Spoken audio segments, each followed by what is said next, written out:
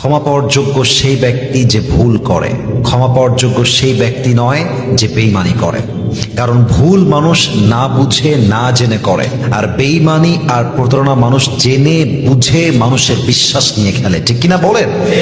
আপনি যদি সেই বেঈমানকে কাছে ক্ষমা করে দিয়ে আবার আপনার লাইফে জায়গা দেন, যুগে যুগে এরকম বেঈমান, বাটপার, বিশ্বাসঘাতক, নেমো খারাপ আরো বেশি জন্ম নেবে।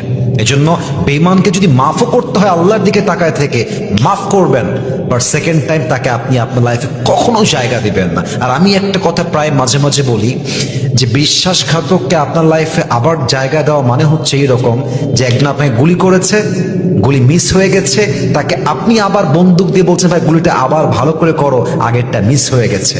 এজন্য একবার যে বিশ্বাস ভাঙে সে মানুষ হিসেবে ক্ষমা পেতে পারে, বাট আমার লাইফে কখনো তার জায়গা সেকেন্ড টাইম কখনো হবে না। ঠিক কিনা বলেন?